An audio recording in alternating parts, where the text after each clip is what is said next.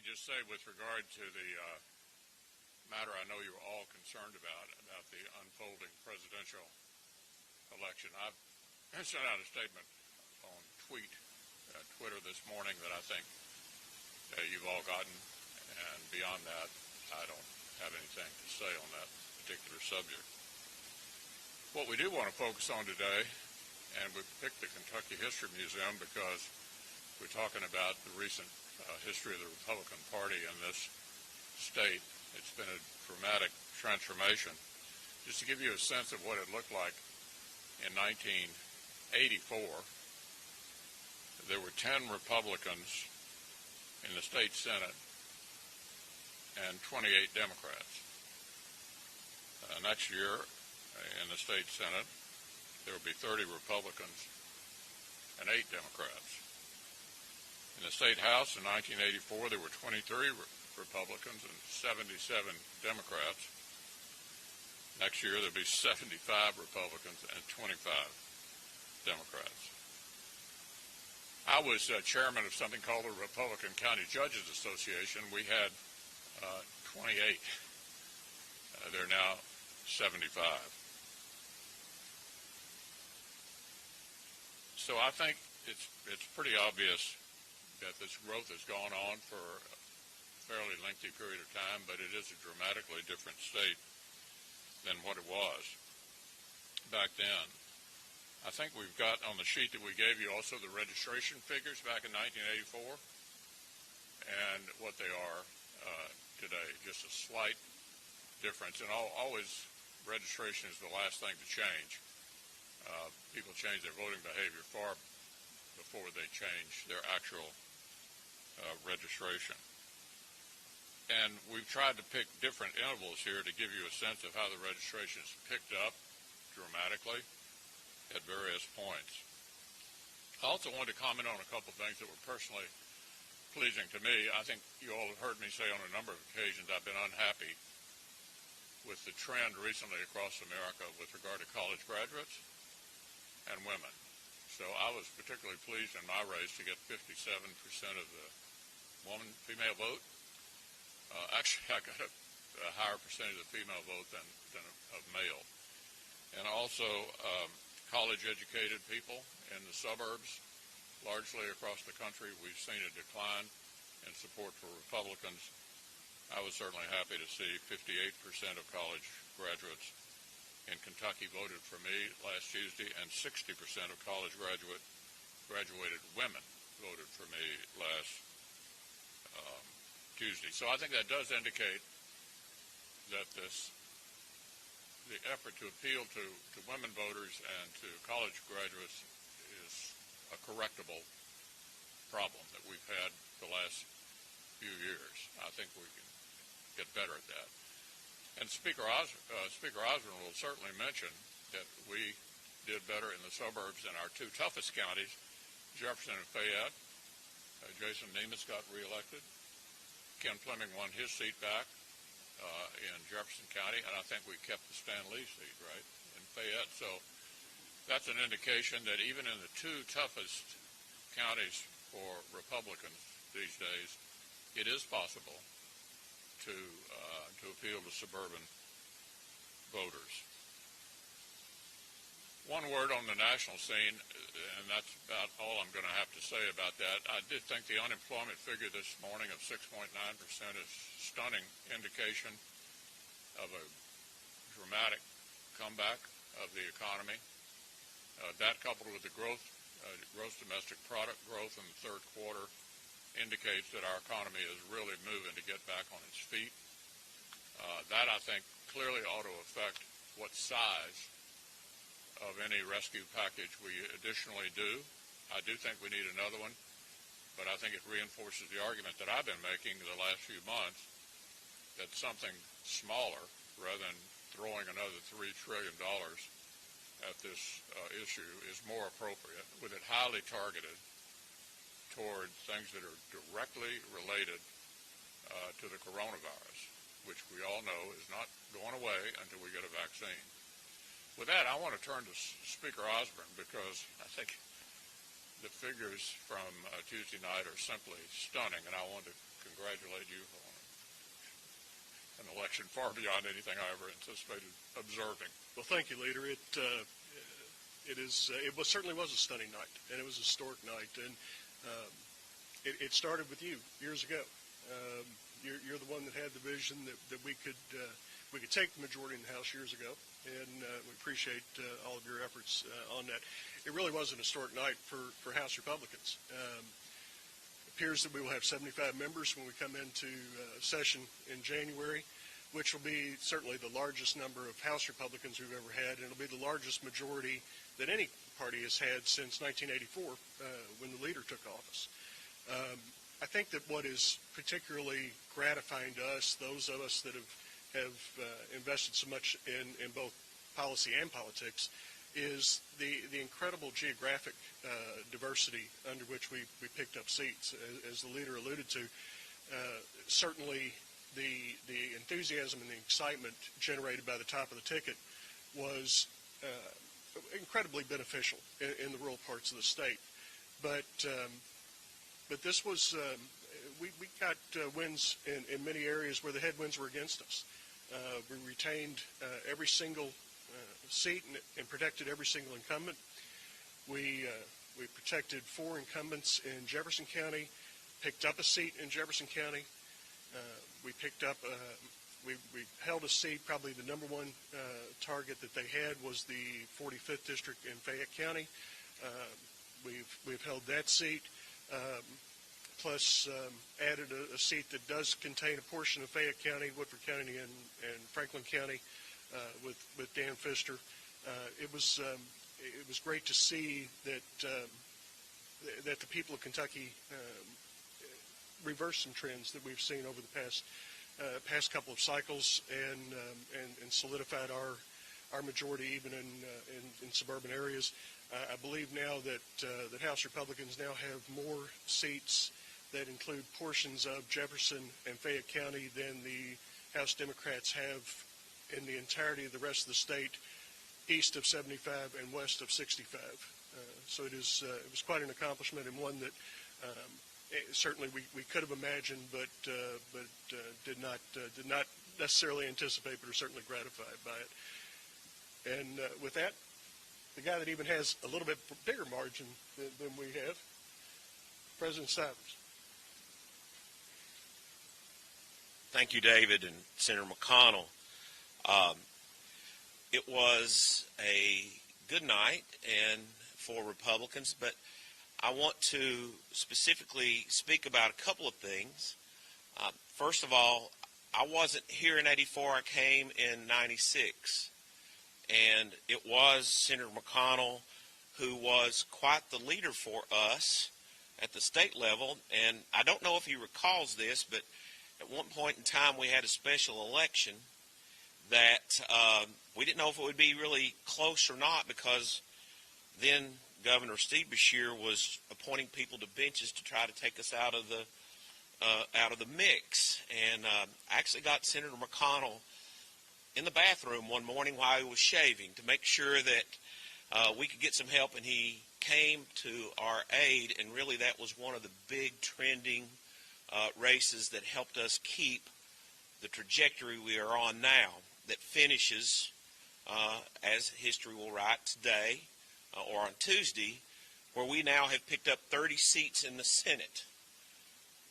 For historians, I'm not sure if Al Cross is here, but for historians, we now have more Senate members in the Republican caucus in the Senate than the House has Democrat members in their caucus in the House.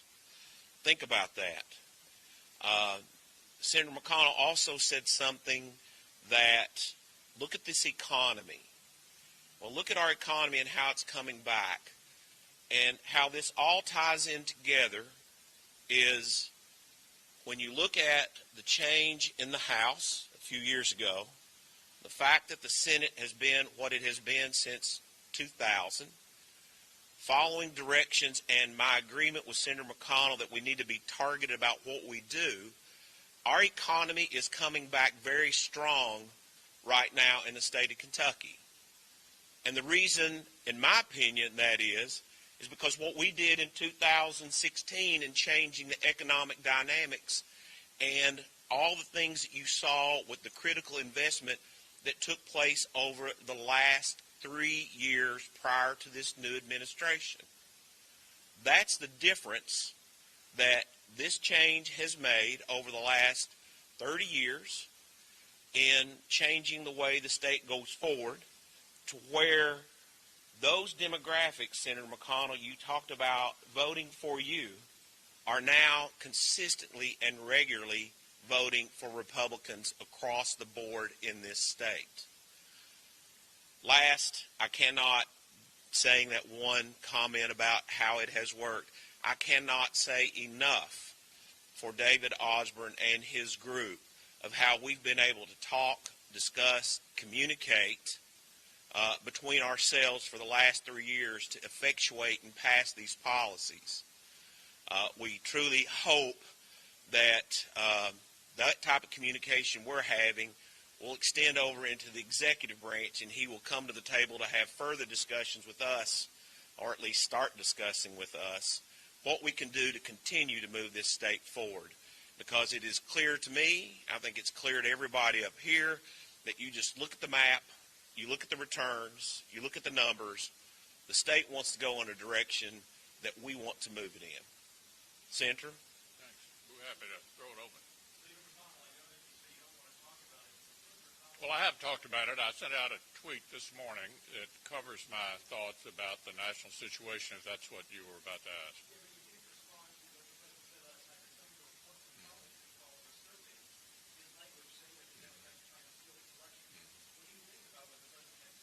Yeah, I think what I said in the tweet this morning.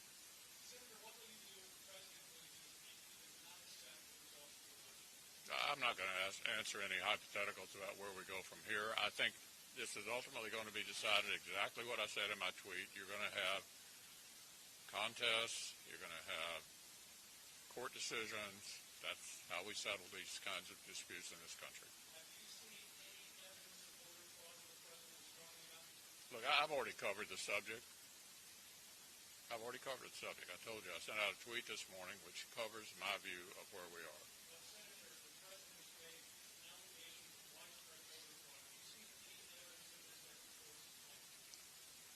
I told you I have sent out what I want to say today about this situation in the tweet that you all have.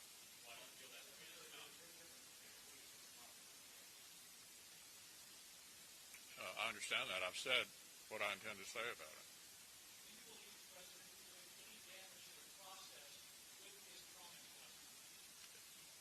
I've covered the subject already this morning. I don't know how many times you want to keep that. It will be settled, as I pointed out in the tweet, in exactly the way these matters are always settled.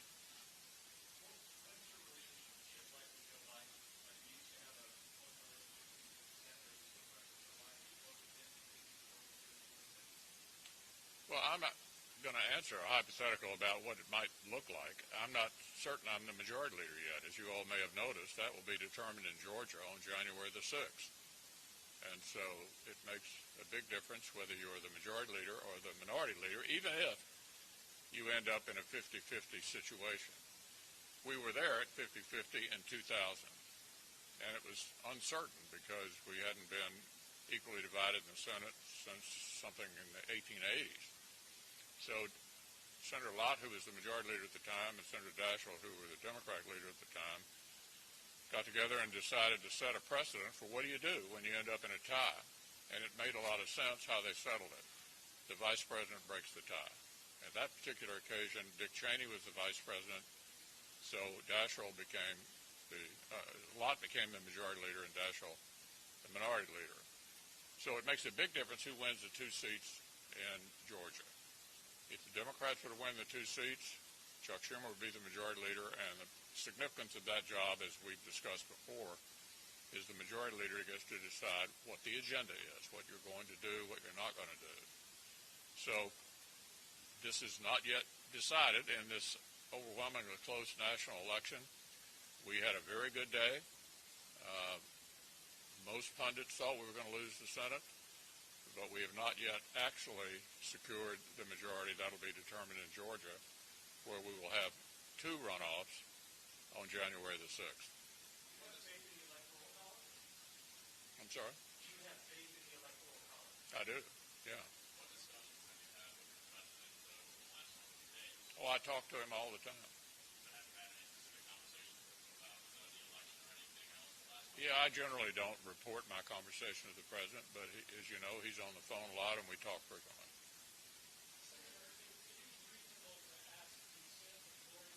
I know it's reasonable for you to ask, but I get to decide what I say.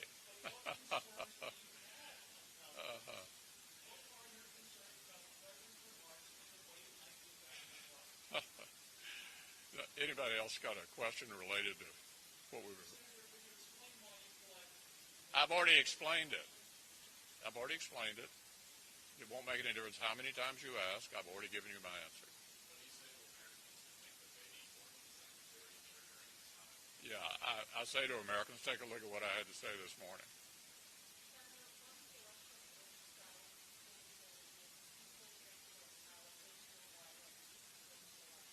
Of course, we've had a peaceful transfer of power going back to 1792 every 4 years. You've moved on to a new administration. In 1792, it was the second Washington administration. Anyone else have any questions?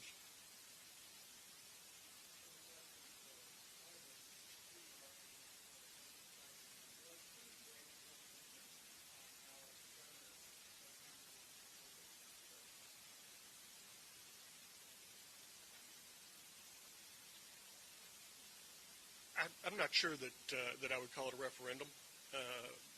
I've been asked a couple of times if that was a mandate or a referendum, but I think clearly it is indicative of the way that the people of Kentucky feel. It is obvious that the people of Kentucky spoke loudly that they want Republican control of the legislature and therefore control of the legislative branch of government. That was, I think, a very loud signal. As I said, I think clearly the enthusiasm at the top of the ticket with the leader and the president in rural Kentucky generated great benefit for us. But when you look in places where the headwinds were against us, suburban Jefferson County, I think that speaks loudly of the failure of leadership in Louisville and Jefferson County. Areas, the city of Ashland, the city of Owensboro, the seats in Lexington and in suburban areas surrounding Lexington, I believe that you have to conclude, given the fact that the governor was highly involved in those races, that at the very least they didn't want to reward him for anything that he had done. We have, and I hope that he will take that as an opportunity to engage the legislature. We've been asking for months for that to happen, and every time we've tried to force the issue, he's accused us of playing politics. Clearly, he decided to play politics in this. He recruited candidates. He raised enormous amounts of money. He endorsed candidates. He campaigned for candidates, and every single one of them lost. So I believe that is some statement. I'll let you conclude whether it's a referendum or not. I don't think it is a referendum, but I definitely think it's a reflection, Lawrence, because, the governor wants to sit there and say, don't question me, and if you question me, you're trying to play gotcha politics. Now, we have legitimate questions, and I think people want those questions answered. He wants to take credit for the mask initiative. Senator McConnell has worked with him quite well, made a lot of announcements, has worn his mask. We all know that we need to wear masks, stay socially distanced as we are here, do all the appropriate things. But he went out and campaigned on, send people to come up here and support me, put it in flyers, and then wants to say he's not playing politics with this issue. We talked about the economy, and people are worried about the economy. We've written letters, joint letters, saying we've got to worry about the economy. And finally, I think he listened to us with one of his very brief statements yesterday. But is it exclusive in a referendum? No, because this man had part of the impact. The presidential race had a part of the impact.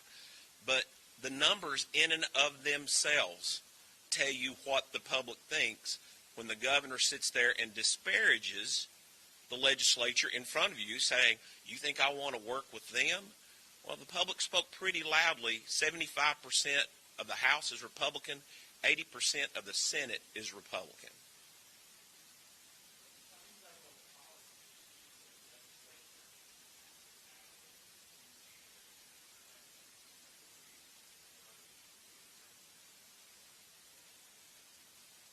I want to say this. We're going to refine. There's no doubt that chief executives of any state or at the federal level need types of powers in emergency. We all agree with that. What's the extent and duration? How do you apply them? Think about this. In one of the lawsuits that was filed, you had an ag tourism group in Scott County that was only allowed to have 10 people per acre. That was the governor's guidance, and went out there and shut them down. So they filed a lawsuit knowing that Kentucky Kingdom on 14 acres is allowed 16,000 people. Equal application. Senator McConnell, again, I'm referencing him, had a great speech talking about this is a time when you really need to follow the Constitution. There has not been even application of anything he's done. You can have a protest. We agree with protest. But then he sends state troopers out to churches to cite people, threatens them with fines, has his chief person, Dr. Stack, who releases a piece of information calling pastors ignorant. Is this really the tone that he should be setting? Let me just make one observation. I'm not, don't serve in Frankfurt, but given the fact that the coronavirus is still here, very much here, and the question people often ask of governors, not just ours, but all across the country, what is the best place to be from a public health point of view?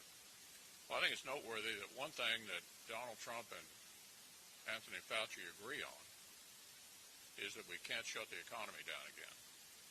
So the message to us is, how do we work safely through this period until we get a vaccine? And Robert has touched on it. We have to act responsibly. And in the Senate, we've been doing that since the 1st of May by wearing a mask and practice social distancing and trying to prevent the spread. That's all we can do until we get a vaccine, because the economic calamity was dramatic, absolutely dramatic. It also had public health implications. Suicides up, overdoses up, spouse abuse up, child abuse up, lots of bad problems as a result of being cooped up. So I do hope all the governors will think twice before they move in the direction of doing what we did back in the spring, which everybody thought was a responsible thing to do at the time, but we now understand that that was not risk-free either. And we need to work our way through this until we get one or more vaccines, hopefully in the very near future.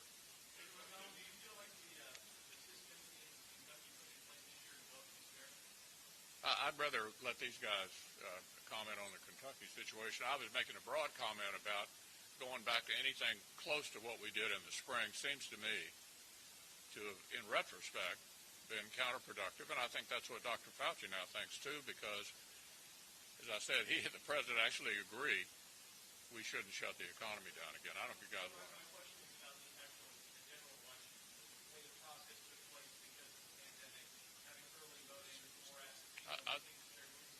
It seems to me the election turned out just fine. I mean, I don't have any complaint about how it was set up. These guys will have to decide whether that was a one-time way to do an election or just an aberration. I'll leave that up to them. I think certainly under the circumstances, the system worked very well. I know that in conversations with a number of the clerks, a number of other officials, they have some concerns about some things going forward. I think that you will see some of these changes made permanent, but I also think in consultation with the Clerks Association, we certainly want to consider their input as well, because they're the ones that are actually fulfilling these orders, and we need to make sure that their voice is heard as well. it's premature to get into that. We're going to put together a working group to get together with the Secretary of State, the executive branch, with the Clerks Association, to look at what actually did work, what will work going forward, what was unnecessary, and what additional things may be done going forward. So it'd be premature to speculate at this point.